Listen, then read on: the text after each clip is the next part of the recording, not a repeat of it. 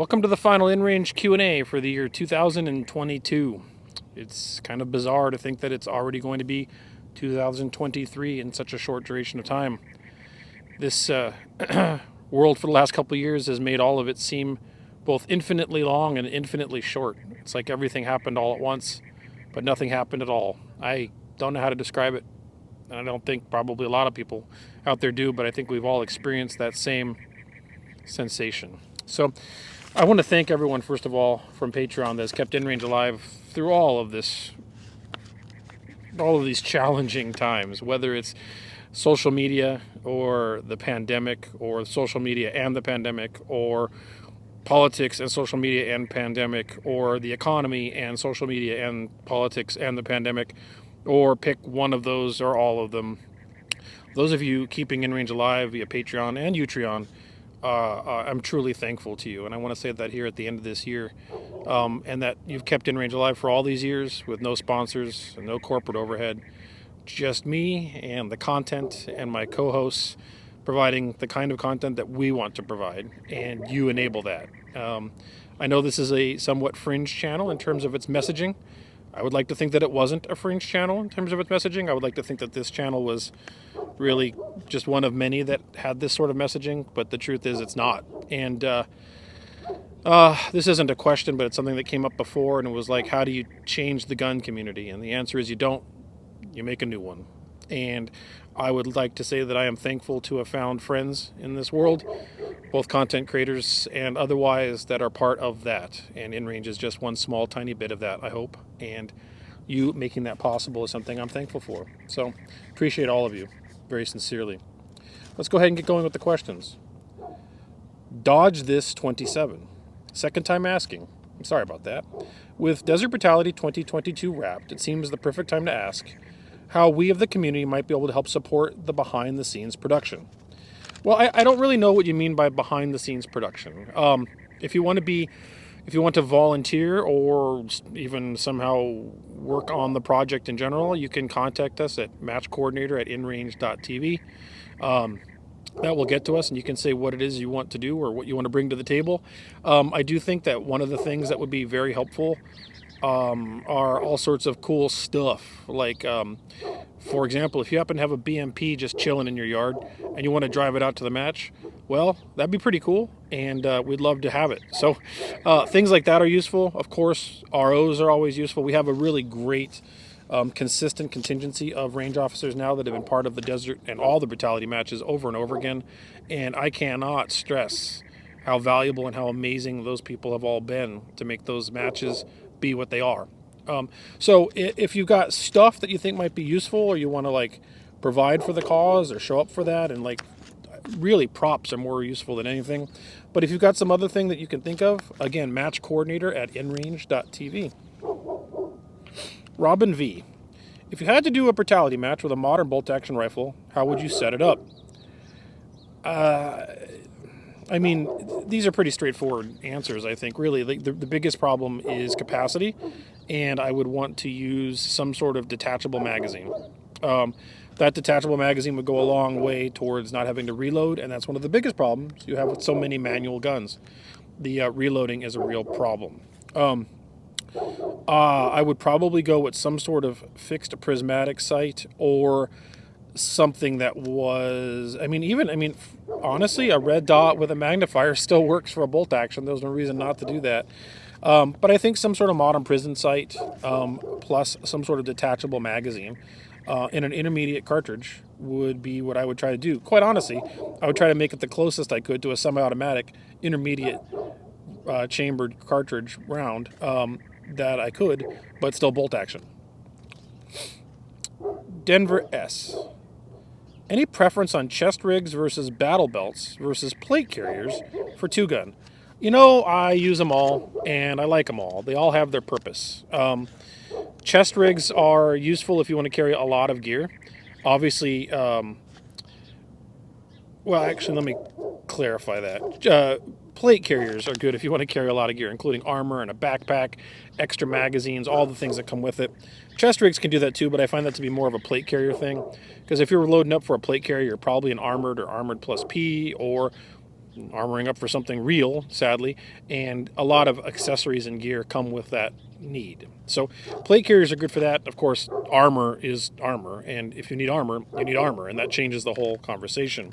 Battle belts are fine for a really light loadout. Like, I think battle belts with like 2 pistol mags and 1 extra rifle mag are actually pretty good.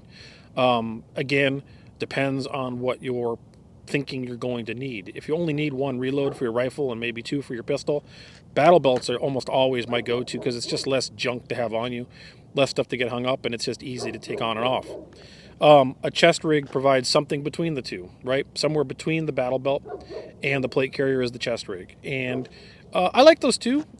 Actually, where I prefer chest rigs, for me, again, your mileage may vary, is when I'm not running a pistol. If I'm running a chest rig, I can have 3 extra rifle mags. So that's a rifle-only day, or I'm only shooting rifle, or it's a rifle-only match, or rifle-only stage. Chest rigs for me then are pretty cool because you can, again, throw them on and off really easily, carry them around like a little satchel, and when you don't have them on, and they provide usually extra magazines that don't get in the way of your waistline, especially when transversing over barriers or obstacles or whatever. So there's not really a preference. It's about use case. If you need armor, you need a plate carrier. If you want extra rifle mags, the chest rig's better.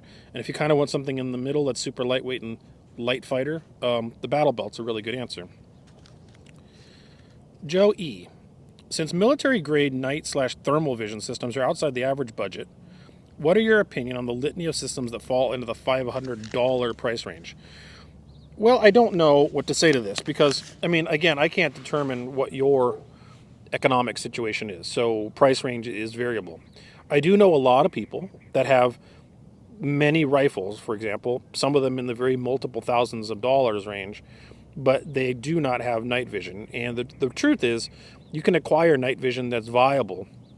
I mean, in my opinion, your mileage, again, might vary, in the $2,500 to $3,500 range. And I realize that's an exorbitant amount of money. But what I'm talking about is I do know people that have rifles in that price range, or even more than one, but don't have night vision. So what that tells me is they don't see the need for it, which is fine. Maybe you don't. But if you are one of those people, I would say you might want to consider it. Night vision provides a lot of interesting opportunities for usage beyond just shooting. I mean, going out at night with them on is really cool. Going on a night hike, if you want to learn how to use them properly, is a really good thing, not only for training, but just kind of fun, quite honestly, to walk in the dark and be in the dark. I'm going to have some stuff coming here on InRange TV about some night vision options. One of them is in the $2,500 price range. Stuff that gets below that, when you start getting into the Gen 2 and Gen 1 stuff, starts to become more questionable. But I will say that they're not useless. For example, I have this old, super old Soviet night vision kit that's like Gen 1, and you turn it on and it makes that boom sound, and I think it radiates your eyeballs and probably isn't healthy for you. And in certain lunar conditions, like let's say a quarter moon, it's actually pretty effective for identifying, for being able to see, navigate at night, and be able to see a person or thing moving in the dark. You would not be able to see or identify what sort of person it is. You probably couldn't identify their uniform. You might be able to identify a rifle if they were carrying it. We're talking out to about 100 meters here with that thing. If you're willing to add active IR illumination, older rigs, Gen 1 and Gen 2 stuff really jumps up quite a bit. Because what you're getting from Gen 1 to Gen 2 to Gen 3 is significantly better light amplification, but also resolution and clarity. But if you're willing to sacrifice some resolution and clarity, a Gen 2 rig will be less than $2,500, but you're going to probably need to consider adding active IR illumination along with it, which of course is then a beacon to you if someone else is using night vision, because you're essentially emanating IR light. But if you're in a situation where you're not worried about emanating IR light and going active, you can go under $2,500 with Gen 2 or even Gen 1, but you are sacrificing a lot of resolution, clarity, and visibility to distance. So, but then again, it's all use case, right? I mean, night vision that allows you to see and identify a person or a thing out to 100 meters in certain lunar conditions or with active IR is a heck of a lot better than no night vision at all. I mean, I think that's a pretty straightforward statement. So, are there options under $2,500? Yes, and I guess I kind of went back and forth on this question. I apologize. But if you're willing to spend into that $2,500 and above range, you're going to find equipment that's far, far better than what you're going to deal with below it. A couple of years back, we reviewed, I think, an Armacite optic on here, and it wasn't that bad. So what I would say is, if you want to go budget, add into the cost of what you're buying a very high-end or very good IR illuminator, with the understanding that you're not going to use these passively but actively with IR light and illumination. At that point, it's just an issue of resolution, distance, and clarity. But like I said, even that 1990s Soviet or 80s junk that I've got is a heck of a lot better than nothing. So, yeah, it is possible. I guess I went back and forth. I apologize. I'm not going to give you an answer of a specific one because I can't. But I can tell you that I have stuff that's cheap, like that Soviet one, that is definitely better than nothing at all. And you know what? It's honestly just fun. It's just fun. Jane B. What holiday from any tradition would make the best themed brutality match? I mean, I think this is a pretty much a gimme for me. It's Halloween, right? Something horror themed would be absolutely the best. And we used to do Halloween horror themed shotgun matches out here in Arizona. And the problem was the range that I work out suddenly decided we weren't allowed to use shotguns anymore. And it was a shotgun-themed Halloween horror match. So I guess we could do a rifle-themed one, but that didn't have the same panache, and I sort of just dropped the idea on the ground because here we go, another range rule, arbitrary one for no good reason, that suddenly ruined something really fun that was a tradition that was going on here every year. Up in Phoenix, they've continued the tradition to a degree, but I enjoyed running them down here because we got really kind of exotic and extravagant with it, and it was a lot of fun. People would come out in costumes and do really silly stuff, and we'd have stages based on like the army of the Army of Darkness and Halloween and Nightmare on Elm Street, and it was pretty dope. So I guess if I were to theme based on a holiday, I would go with Halloween. Black Hawk 50. Which barbecue side is the best? Mac and cheese. Good mac and cheese, though. You define what that means. Amon B. Have you ever thought of doing a band state brutality match, or maybe have a division with magazine limits, or perhaps reduced round counts for stages? Well, we frequently do reduced round counts for stages because we want to force reloads. When you come out to a stage, it's really hard to design stages without like just a ton or a sea of paper at close range that will cause someone with a 30-round magazine to require a reload. And sometimes you want to require reloads because that's a skill to test on the clock. So in that regard, yes, we frequently do intentionally reduced round count stages. I have never done an intentionally band state based concept match where we required band state equipment or 10-round magazines or fixed magazines or reduced round counts to only 10 because I don't see the value in it. First of all, a lot of people don't want to do that, frankly. If you have the gear, it's not that fun.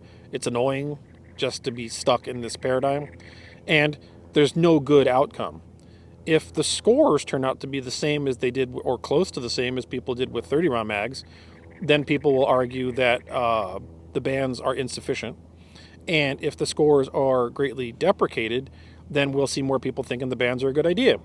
I think bans are stupid, and I don't want to propagate their idiocy in any possible way. And so therefore, doing a ban state themed match that had rules or categories or requirements based around that is just playing into their hand, and their hand is stupid. Your question's not stupid, don't get me wrong. I see why people ask it, and you're not the first. But I'm not interested in playing into that in either way. Irahya. If you had unlimited range to organize matches, how far would you put the longest target in 2G ACM, and how far in Desert Brutality? I wouldn't have a different answer for either of these. If I had an unlimited range, I would push targets out to no further than 500 meters. I think that that's a really good realistic range, although the vast majority would be 300 and in, with a couple at 4 and maybe one at 5 for like that real long range reach. But any combat rifle, even the iron-sighted AK, with someone who's a skilled user, should be able to hit a target at 400 meters reliably. A human-sized target, especially when it's not moving. The problem is so many ranges have very few ranges have that sort of range that can be used in a practical way that we do in these matches. So as a result, we're frequently restricted to 200 yards and in. But where we have the ability to push out past 200, we will. And you will see that, and you saw that at Woodland Brutality, and you will see that again at the next Woodland Brutality. But my answer is 400 meters for the majority, and a couple cool ones at 5. Autumn.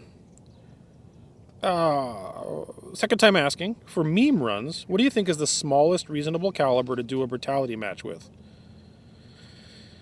I'm assuming you're referring to a rifle. Well, we've had people shoot the entire match with a PCC at 9mm and do very well. Steel falls when it falls, and this is the challenge with this, but I would answer my first inclination is 5.7. I wouldn't go below 5.7. 5.7, people have done pretty well with it, and even have gotten hits at reasonable distance with it. And if you're willing and good to be able to double or triple tap on targets, you will knock over steel too. So I think I would go with 5.7. LKJ, LKJ, LKJ, LKJ, LKJ, LKJ, LKJ. What do you think of Eotechs? And have you tried one with a 5x magnifier? I really like Eotechs. I know they fell out of favor when that whole debacle came about temperature and zero shift and all that. I have never been in Arctic conditions, even in Finland, that would have caused that issue.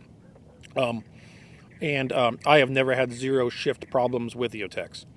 I really like the very large field of view. I like the reticle. I really, really like Eotechs for night vision use. They have a very good light transmission, or they have very good light transmission, and therefore if you're using them passively, as in aiming through them with a PVS whatever, or whatever you're using, Eotechs, in my opinion, shine. They're the best of breed for night vision use in passive role. I think Eotechs are great. I really like them. I know they have become controversial, as everything does in this community, but I think they're cool. As for have I ever used them with a 5x magnifier, I have not. I have actually never used a 5x magnifier at all. Most magnifiers are 3, with some at 4, and the problem with higher and higher magnification is you start reducing your field of view dramatically. So I think magnifiers are best when they balance the magnification with the field of view, and typically speaking, magnification is good for every 100 yards. So if you want to be super reliable out to 3 and push out to 4, a 3x magnifier does the job for the most part. And if you want to shoot out to 4 with pushing out to 5, a 4x magnifier works pretty well. But I have no reason to use an intermediate rifle really with a red dot at 500 pushing out to 6. I just don't see it. The only advantage of the larger magnification or greater magnification at that point would be field use for identification of targets, which would be, of course, a much more tactical role than a dynamic competitive role. And at that point, I would say that if that's a need or a use case for you, maybe that's when you start looking at an LPVO. That's what LPVOs really shine at. Landrick H. Isn't the 6.8 by 51 or .277 Sig Fury just the 276 Pedersen reinvented 90 years later? Ish, but no. In the military loading, well, that's the question. I have some notes here. But yes and no, not really. In the military loading of the 6.8, you're looking at a 148 grain bullet, leaving a short barrel, this is pertinent, at 3,000 feet per second.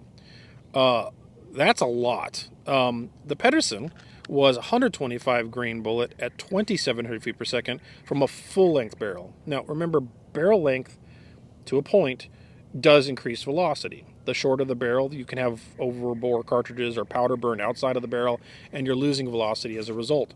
There's a point where a barrel's too long, and you actually start losing velocity again. But the optimal barrel length with the optimal powder burn is when you get the optimal velocity out of the cartridge and barrel length combined. And the Pedersen was designed, like I said, 125 grains at 2,700 feet per second, and a full length, I think 20 or 20-inch longer barrel. But the 6.8 cartridge, the 277 Sig Fury, in its most potent loadings, is designed to do a 140 grain, much heavier bullet, at 3,000 feet per second out of what we would call an SBR. Perhaps a shorter barrel. I don't know exact barrel length. I don't want to get caught in that trap. But the reality is, no, they're not the same thing. But at the same time, there's nothing new under the sun. Like I've said before on the channel, 300 Blackout in many of its loadings is startlingly similar to 8mm Kurtz, the frickin' 7.92 round from World War II Germany. Now, 300 Blackout has many different varieties of loadings, and it has exceeded the capacity of 8mm Kurtz. But in its original incarnation, on paper, it was almost exactly same bullet weight and same velocity as 8 Kurtz. Now, 300 Blackout was designed to fit into a standard AR-15 magazine, and 8 Kurtz, because of its cartridge dimensions, has that really strange magazine type dimension, and that's one of the reasons that they didn't just take 8mm Kurtz. But on paper, they were functionally equivalent in performance. And I find that very interesting. But I would say, no, I don't think 6.8 and 276 Pedersen really are the same thing. There's, convergent evolution going on there and recircling back to older things or concepts. And you could argue that we would have been better off at 276 in the M1 from the get-go, and I think we probably would have. Instead of a 8-round in block clip, you would have had 10 rounds, and you would have had less recoil. But as we see in history over and over again, supply chain, what you have in the inventories, and logistics matter far more than the individual rifleman's rifle. And 30-06 is what the U.S. was using, and 30-06 it needed to be. So the cool how many angels can dance on the head of a pin question of would it have been better in 276? From a performance perspective, the M1 would have been better to shoot, and for the rifleman in 276, but for winning the war and for the military logistics and supply chain, it was much better in 30-06. So anyways, going in circles here, no, I don't think they're exactly the same. John T. Understanding that two-gun matches aren't for the weapons, not sure what that means. What's the possibility for getting a 2G ACM based on 1812? Completely different challenges, par times too long, or probably not enough participants. Boom. You're at the last part is this. Every one of these historically themed things I try to do for two-gun or brutality, I do them anyway because I like them and want to do them. But the truth is, the vast majority of people that have that kind of equipment don't want to shoot these kind of matches, and the people that want to shoot these kind of matches want to shoot mostly modern guns. We even see very limited participation with World War II era weapons when we even specifically provide categories and divisions for it. There'll be a few people that come out, they LARP, we have a good time. I like to do it myself. You've seen it on the channel many times when I do it. But the truth is, the vast majority of people that compete in this kind of environment want to use modern rifles, modern handguns, and not really deal with this old, antique-y, annoying junk. Would a 1812 themed match be possible with good stage design and enough participants? Yeah, it'd be very cool. I mean, even a flintlock-based match, or I'd even move it forward quite a bit into the future and go with a Civil War era one with breech-loading carbines only. The truth is, the people that have them don't want to use them like this, and the people that want to shoot the match don't have the thing. This is the thing I've run into with trying to do more and more of the cowboy-themed stuff at these matches, and I would love to do two-gun action challenge cowboy or cowboy brutality, which, believe me, is on my agenda for some day. I've got some ideas to make it more accessible to more shooters. But even that, when we get to like the 1870s and 1880s, which is quite a bit better technology than 1812, limited amount of people that are willing to shoot this kind of match with that sort of gear. Ted S. Are there any details regarding 2023's Woodland Brutality, longest distance and divisions, trying to decide between partisan and irons? Sort of answer that a little bit. We will have targets out to 400, maybe further, but there won't be many of them. The vast majority of targets will be at 50, bunch of targets at 100, some targets at 2, small number at 3, probably a tiny handful at 4, and maybe 1 at 5. Remember, I designed these matches, and all of these matches, if you haven't heard this before, to be possible to shoot, not win, but possible to complete with an iron-sighted AKM. So if that gives you any idea about your decision, that's worth considering. There won't be more details about Woodland Brutality until we post the registration, and we then include the rules, divisions, and all the things in the practice score link, which is when you can go look at that. And you'll have, if you're a two-gun Army supporter, you'll have earliest access to that at a discount. If you're a Patreon, you'll have earlier access than public, and when it goes to public, you'll have the rules sit there for you to peruse and decide what you'd want to do, and you should have ample time to make that decision. But once again, if you consider the reality that these are designed to be possible to shoot with an iron-sighted AKM, then that should help you make some decision there as well. SMAC 78. Karl is cast as the lead in the remake of Quigley Down Under. What rifle and cartridge would you choose to make the 1,000-yard shot in the 1860s? Ugh. 1860s. That limits you quite a bit.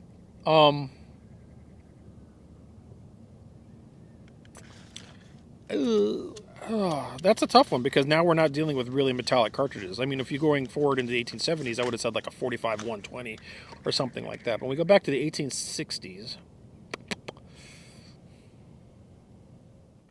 I think a Sharps, a paper cartridge Sharps would probably be your best choice at that point. But 1860s, the amount of technological improvements that happened between 1860 and 1880 is dramatic. So if you'd said 1870s, it could have been a much different question than 1860s. But in the 1860s, I think you're looking at a Sharps. Falling steel. What benefits do you get from a full-size rifle, an M16 as an example, that keeps militaries from issuing carbines to all the soldiers, like an M4? Well, I mean, in the U.S., I think we saw a very large migration from full-length 20-inch to M4s and other shorter-length AR-15 and M16 derivatives, like the M4. Because we considered, and as we go through combat, for the most part, there's this recurring theme of things keep seeming to be closer and closer in range than we think it would. But then in Afghanistan, turned out there was things at further and further range than we expected. So they started pulling literally M14s and other things out of the old inventories to try and deal with those range deficiencies. But the big thing that a full-length barrel, of course, provides, is, especially in an intermediate cartridge like 5.56, which is very velocity dependent, is more velocity and therefore more range. I mean, I know that's not a direct equivalency, but it's kind of an equivalency. So when you push 5.56 out of a 20-inch barrel, you are going to retain longer distance terminal ballistics than you would out of a 14.5-inch barrel, even more so than out of a 10-inch barrel. So there becomes a point with 5.56 where the velocity decreases below a threshold, and instead of doing some of the wounding things that it tends to do upon impact with flesh, it just ice picks, is the phrase, through and just makes a hole. Will a hole kill you if it hits in the right spot? Absolutely. Should we depend on the terminal ballistics of a cartridge and higher velocity to be a terminally effective cartridge? No, you frequently might still need more than one hit. But another thing you want to consider is that higher velocity means that you have more velocity at a distance further than closer, and therefore the amount of effect on the bullet in terms of time to target and how much it's affected by wind between the firing of the rifle and its intended impact are all impacted. So longer barrel, higher velocity equals more range or terminal ballistics, and therefore capability to shoot and reach further. But there comes a time and place where that further isn't relevant. You're looking at things 300 yards or in, or even 200 yards or in, and shorter barrels, of course, provide a lot more flexibility and comfort to the user moving in and out of vehicles, etc., handling in general. But you asked the question, what keeps them from issuing to all the soldiers? One, you might want to have a mixed bag of rifles capable of shooting further and some that are more designed for CQB. But I think the really reality is supply chain. If you have a ton of full-length barrel rifles in your inventory and you have a shorter amount of M4s, you just issue what you got. And I know that was going on through all of U.S.'s most quote-unquote recent conflicts. Not My Shadow. What was your favorite Desert Brutality 2022 stage? Stage 1 was my favorite. It was the one where you jumped over. It was the rifle-only stage that you jumped over the water tanks, ran to a table, ran to a barricade, and then retreated. That was absolutely my favorite. So stage 1, the very rifle-specific, longest range what we could do at that facility stage. MEC. In the year of our Lord 2022, the M2 Browning is the longest-serving weapon in the U.S. arsenal, along with the 50 BMG cartridge. Do you believe this cartridge or gun will be replaced anytime soon? Probably not, for the same reasons I just mentioned about supply chain. There's a bunch of it. There's many guns. They have been effective. They do what they do, which is shoot a very big bullet very far. They're good at anti-material, and everyone knows how to maintain them. They've been around a while. The design's effective. They're typically vehicularly mounted or something like that. And as a result, they do what they're supposed to do. I don't think you're going to see a change to some other cartridge probably for at least another decade or more. I might even say more than that. I think 50 BMG is here to stay for quite a while. Philip W. With the prices of the HK P7 squeeze cocker pistol continuously rising, do you think another company will make another new squeeze cocking pistol?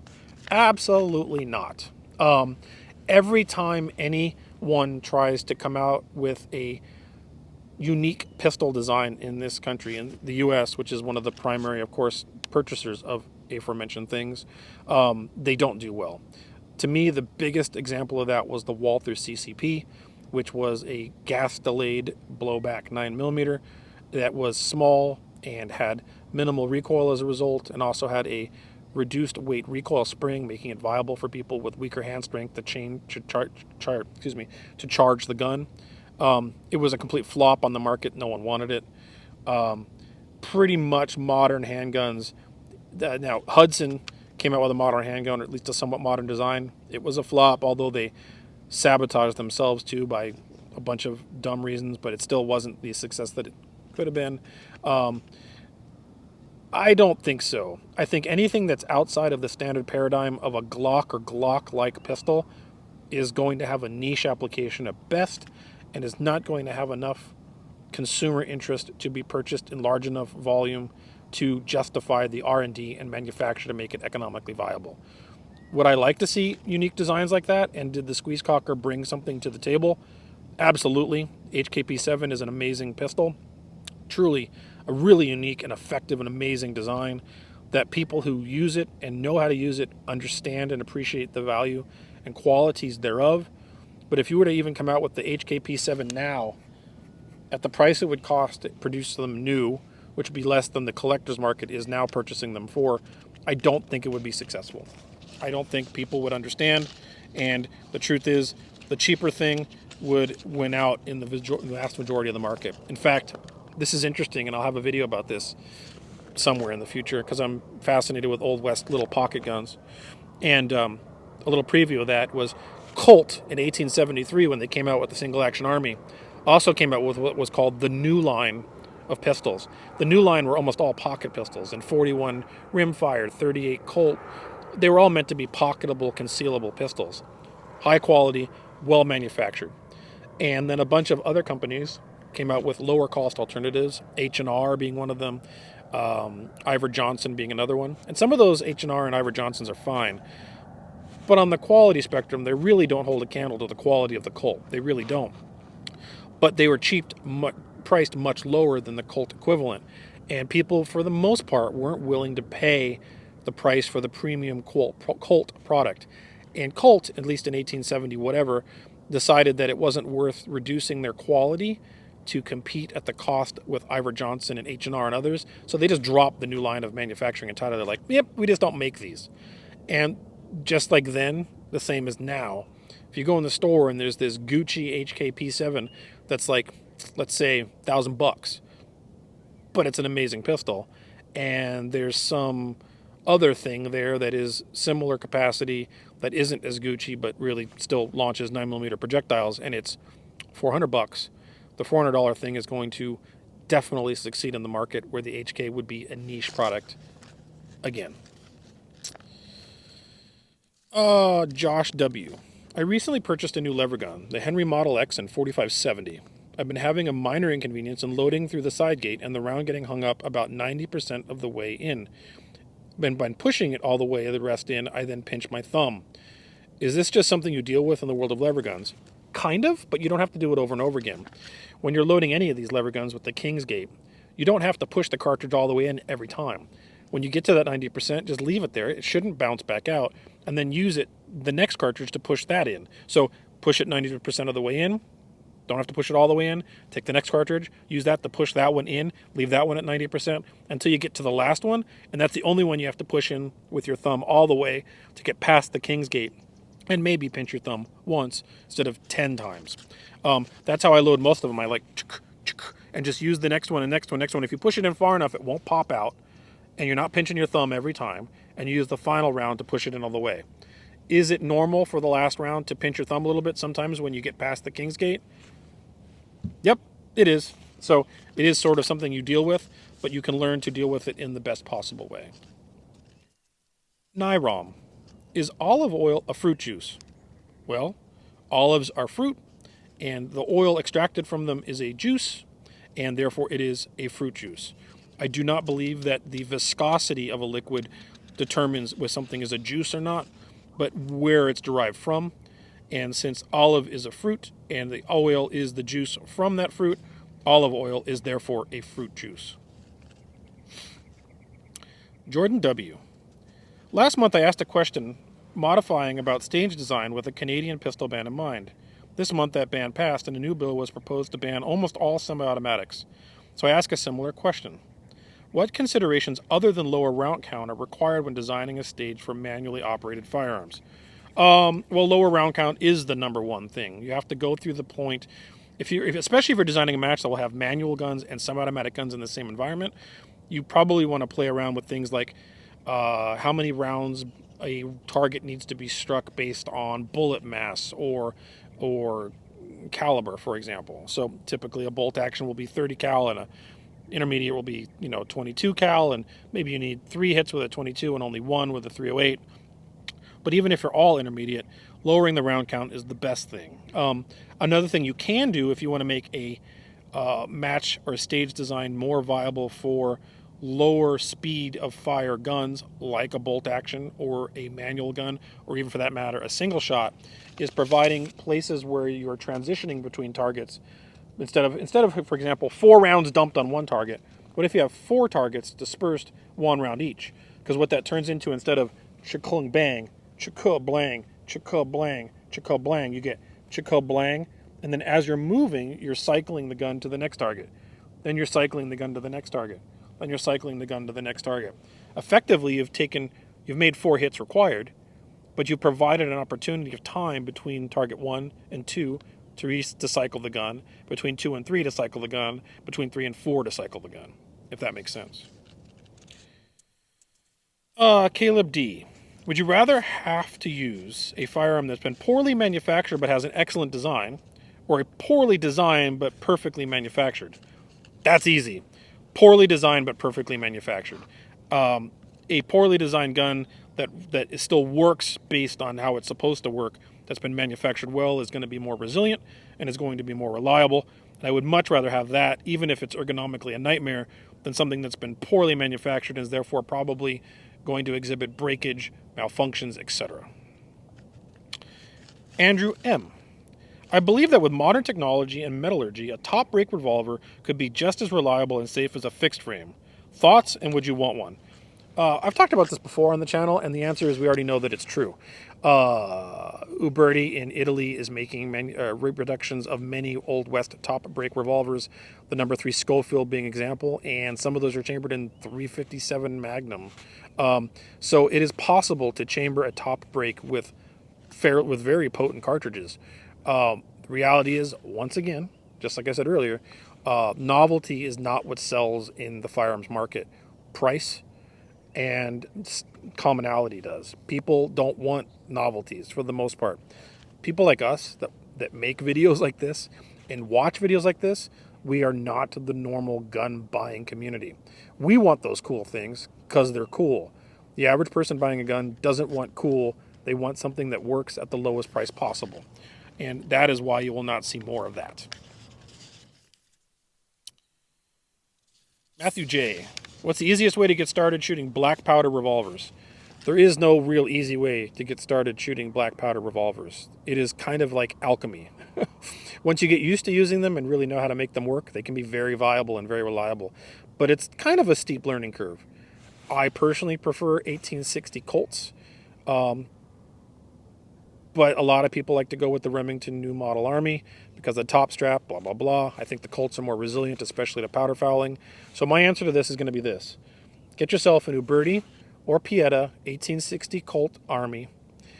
and immediately go out and get replacement cones for it. I've talked about this a number of times. There are cones manufactured that have little side vent for those things that allow to try to prevent cap jams. They're also designed for number 10 caps specifically.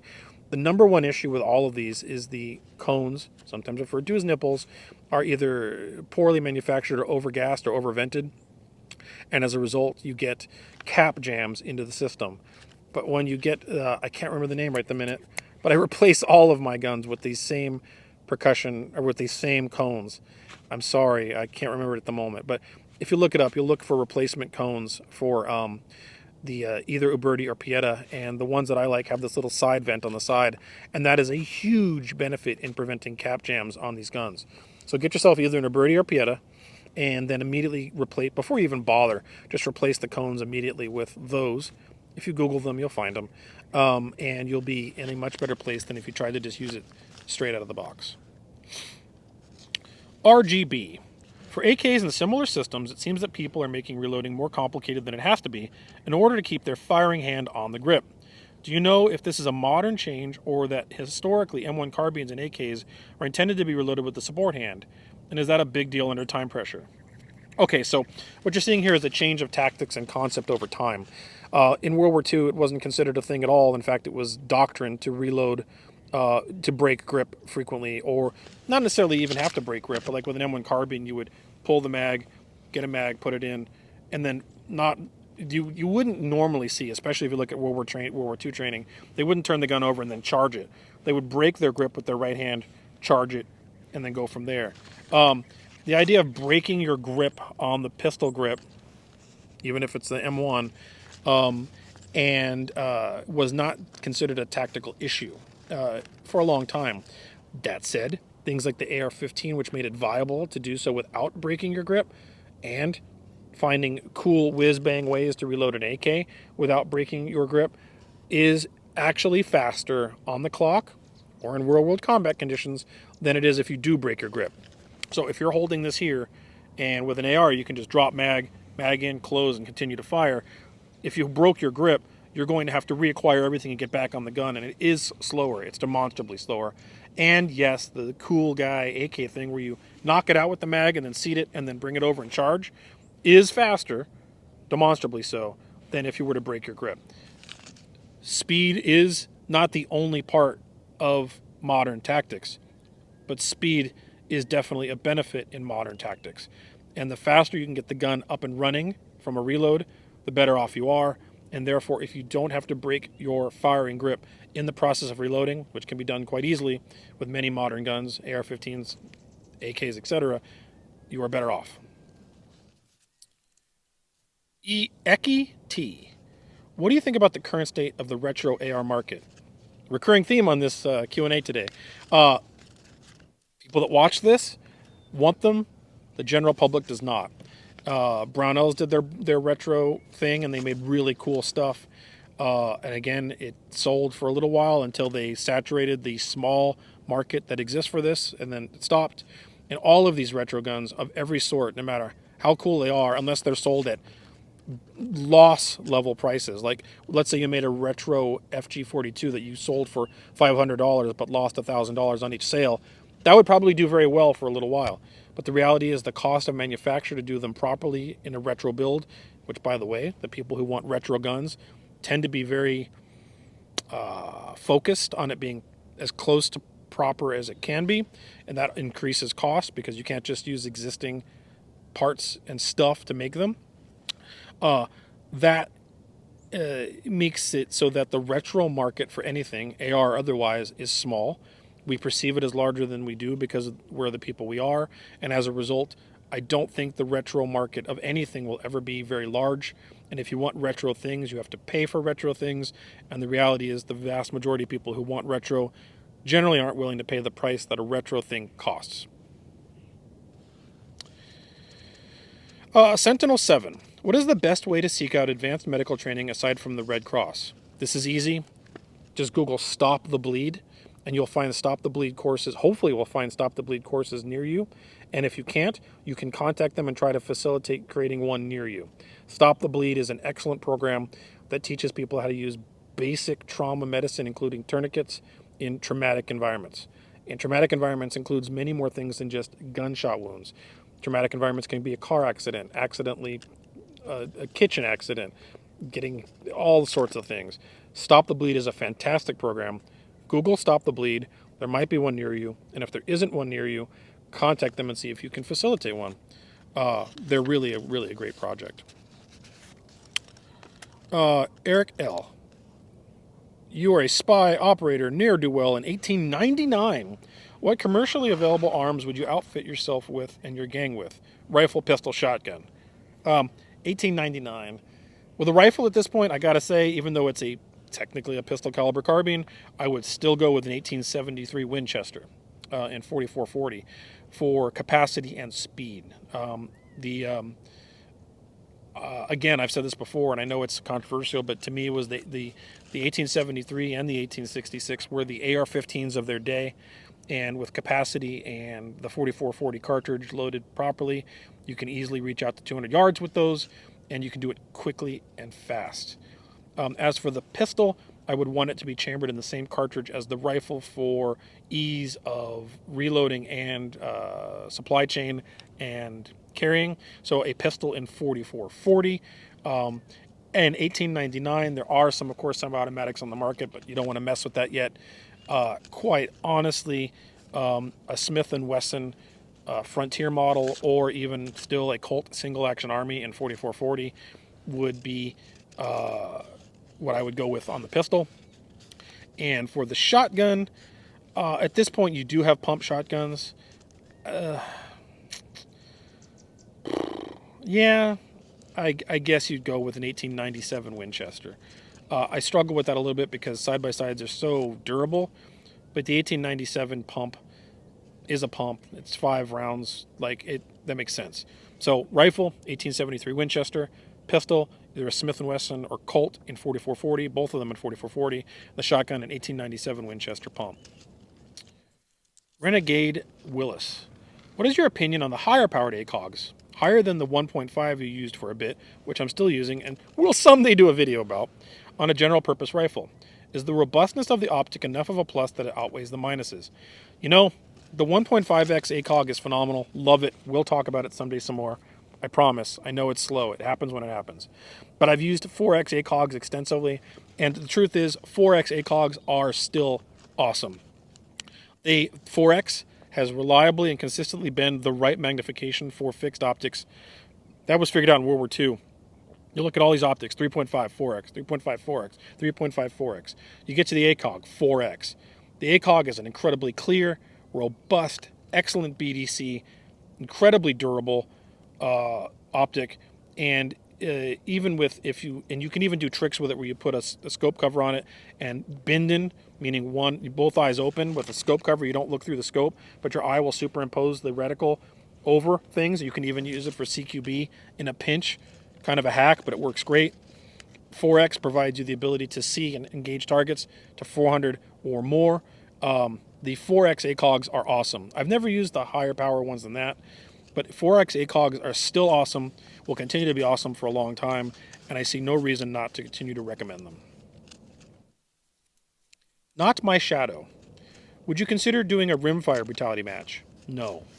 Rimfire matches are almost always won by whoever's gun runs the best, not based on any shooting skill or anything else.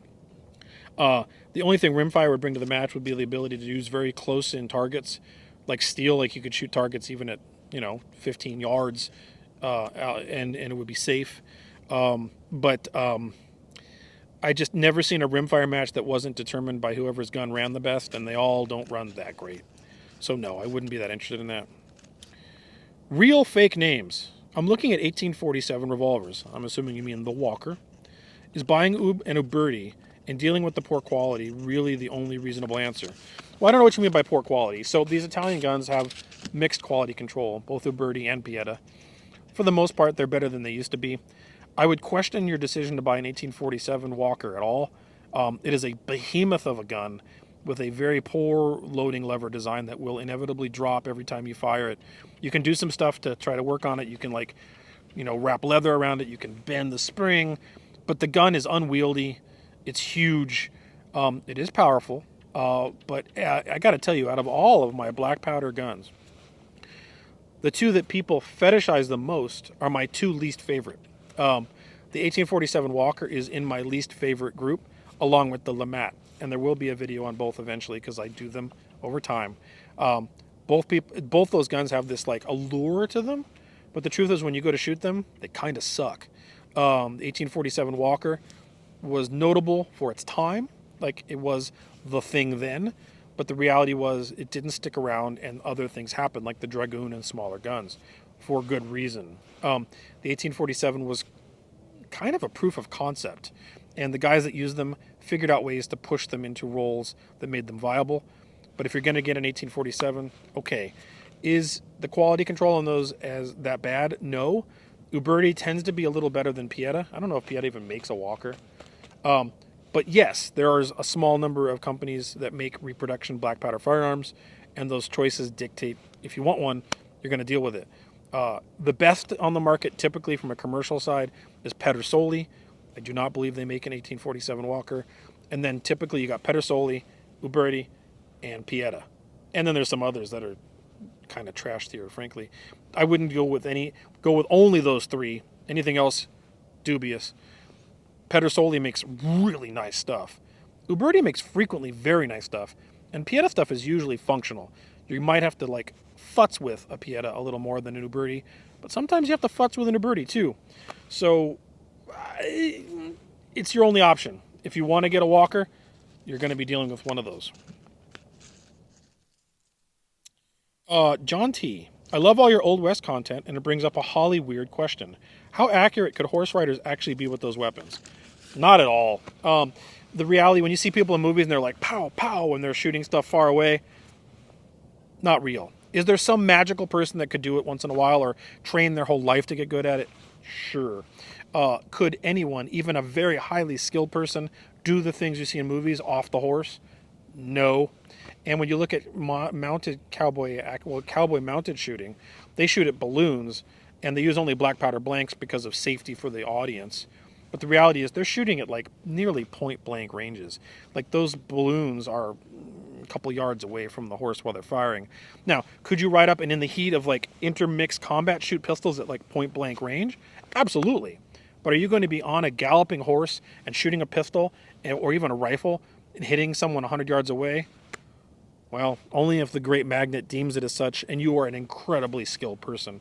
The truth is that wasn't really real, and cavalry, for example, during the Civil War, were typically a very mobile unit that would dismount and fire off of their horse, not on their horse.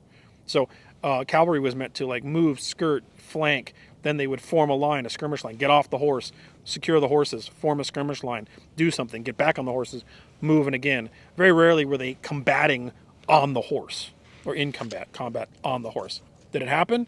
Yes. Could you really hit things beyond very close distances with any of these weapons? No. Timothy C. In a previous Q&A, you talked about the tyranny of the standard in regards to AK pattern mags. What are some other similar tyrannies that irk you in the contemporary firearms market? Once something becomes a standard, whether it's good or bad, it's going to be the standard forever. Or not forever, but for the most part. The one that really gets me is the fact that we're still dealing with all these firearms and new firearms all the time that still use double stack single feed magazines. As you know, double stack single feed's been around forever. They get increasingly harder to load. They are reliable and can be reliable, but a properly designed, good double stack, double feed magazine is just so much easier to deal with. That's an irk to me, that the standard is double stack single feed pretty much against all semi-automatic pistols and firearms, and I find that to be sort of irritating. Let's see here. James the Ginger Man. I am slowly expanding my gun cabinet. I don't need to keep my guns in a safe in my state, though I could be liable to whatever I get burgled in. I was wondering, what do you look for in a safe? Are there certain criteria you personally stick to? You might find this surprising, being someone that's really into high-tech stuff. I do not like electronic safes. I like mechanical stuff. Electronic safes to me are just problematic. don't know what the vulnerabilities are, battery issues, blah, blah, blah, blah, blah. I definitely prefer actual mechanical safe type mechanisms. So for me, if I'm looking for a firearm safe, I prefer something mechanical to that which is electronic. Your mileage may vary, and of course, you're asking my opinion, and these are opinions. I'm not saying there aren't good electronic safes, I just don't prefer them. Let's see here. Patrick T. If you could empty out one state and turn it into a giant national park, which one would you choose? Ooh. I'm going to choose two, and not for any particular reason, only because of the natural beauty there and how much of that natural beauty should be preserved into eternity. The first one is California. California is, of course, a political, cultural, social mess, especially for people who are interested in self-defense and firearms and other things, or any sort of personal liberty. But I digress. But California's population density, especially across the coastline, is causes a lot of ugliness, in my opinion, of things that could have been preserved and saved as for the natural beauty that they already were and are. Nothing like being on the beach to look at some giant like resort mansion just blotting out the sky. So in that regard, politics aside, culture aside, California would be my first choice because we've lost so much of the beauty of what that place was. And the reason that it's so densely populated is partially because of the beauty that once was, and is still there to some degree, but the beauty and climate that is there has attracted things that make it less so. The other one would be Utah. Again, not for political or religious reasons or anything like that, because I know how you people out there think, but if you've ever driven through Utah, oh, wow, that is a beautiful place. Canyons, diversity of environment, water running, rivers, plain, grass fields, mountain ranges. Utah, a lot of the Southwest is beautiful. A lot of Arizona is beautiful. A lot of New Mexico is beautiful. I love a lot of New Mexico's natural beauty. But I honestly have not seen any place that meets the natural beauty of Utah. It is astonishing. I hope they preserve it. They've done a good job so far, to be honest. Utah's lower population density has really impacted less of its natural environment and world. And as a result, there's a lot of open, beautiful natural space in Utah still there to admire and enjoy. So perhaps if Utah doesn't turn into just every other sprawl, Arizona is in a state of constant sprawl. Both Tucson and Phoenix can't seem to destroy more of the desert faster. Like, how can we make more tract homes and strip malls? Not sustainable, stupid, water, all the things, but is what it is. It is. You have to keep going further and further out of the Phoenix metropolitan area to get to the natural beauty of the desert. And Utah has not gotten as bad as that at all so far. And I hope that they continue to realize that their state has a treasure in it, which is the natural beauty, and preserve it. Canis Iatrans. Hey, Karl, thank you for all your work on the historical content. I've been reading about the Mexican Revolution and noticed the widespread use of ammo bandoliers instead of cartridge pouches like those used in Europe. Are there advantages to the bandolier, or is it just a regional preference? You know, I think bandoliers are better than most of these cartridge pouches. They're faster and easier to get to, and typically hold more ammunition. I really can't... I feel like it's just a regional preference, but there are advantages here that come to mind. When your supply chain's limited, and that was definitely the case with a lot of the people fighting in the Mexican Revolution, the amount of cartridges you could carry on your person, the more you could carry, the better, because you were able to go longer duration without having to find resupply. Cartridge pouches hold a limited amount of ammunition. Bandoliers hold a limited amount of ammunition. But if you have bandoliers crossed, which of course is such a quintessential Mexican Revolution aesthetic, even if you add bandoliers plus pouches, you're just increasing the capacity of ammunition you can carry based on the ammunition of that time and style of firearm. So I think there was a reason there in that distance and resupply chain was different, and therefore the more ammunition you can carry on your person, the better. Bandoliers made that more viable than pouches. And in Europe, for example, pouches were typically on more formal militaries, and as a result, they had theoretical supply chains that could keep bringing in ammunition, and when you depleted your pouch, you just put another bag of ammunition in there. So I think you see logistical and supply chain concerns lending themselves to what you see as loadouts in regards to bandoliers versus pouches. And I do think there was just regional preference as well. Additionally, let's go ahead and go with this. The type of weapons being used were different too. In the Mexican Revolution, yes, there were a lot of bolt action rifles and stuff, but you also saw a lot of lever actions and things like that. That typically ammunition wasn't used or held in a pouch, but more often in a cartridge belt. And a bandolier is really just a cartridge belt around your shoulder. Seth H. Assuming immediate medical care is available, would you rather be hit with 2 rounds of 9mm in the chest or a single round of 5.56? Neither? Holy crap. I think both of those are a super bad day, and I don't know that you can determine either one of them being less or more lethal, which I think is the derivative or what you're trying to get at with this question. No,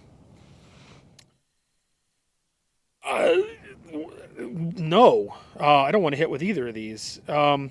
Getting hit with 2 rounds of 9mm means that one of them might be the lucky one that goes straight through your heart or severs your spine.